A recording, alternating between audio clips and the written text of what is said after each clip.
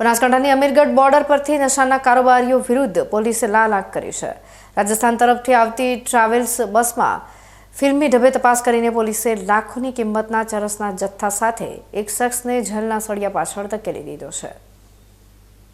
બનાસકાંઠા જિલ્લાની Amirgadh border checkpost પરથી નશીલા પદાર્થોની હેરાફેરીના એક મોટા નેટવર્કનો પોલીસે પર્દાફાશ કર્યો છે। અમીરગઢ પોલીસને ચોક્કસ બાતમી મળી હતી કે રાજસ્થાન તરફથી આવતી એક ખાનગી ટ્રાવેલ્સ બસમાં કેફી પદાર્થની હેરાફેરી થઈ રહી છે। બાતમીના આધારે સતર્ક થયેલી પોલીસે ચેકપોસ્ટ પર બસને અટકાવીને સઘન ચેકિંગ હાથ ધર્યું હતું।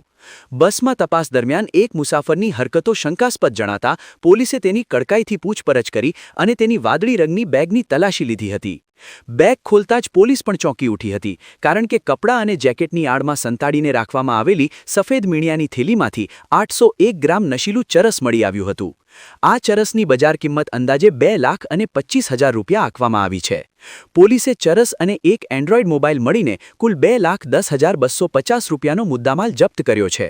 ઝડપાયેલા આરોપીની ઓળખ જય ચેતન ગાલા તરીકે થઈ છે, જે મૂળ કચ્છના મુન્દ્રાનો વતની છે અને હાલ મુંબઈના ગોરેગામ વિસ્તારમાં રહે છે।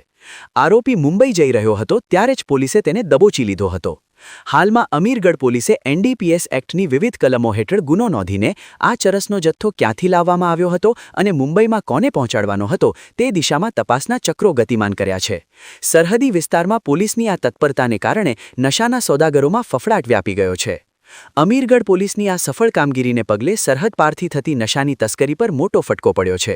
આગામી દિવસોમાં આ કેસમાં વધુ મોટા ખુલાસા થવાની શક્યતા સેવાઈ રહી છે।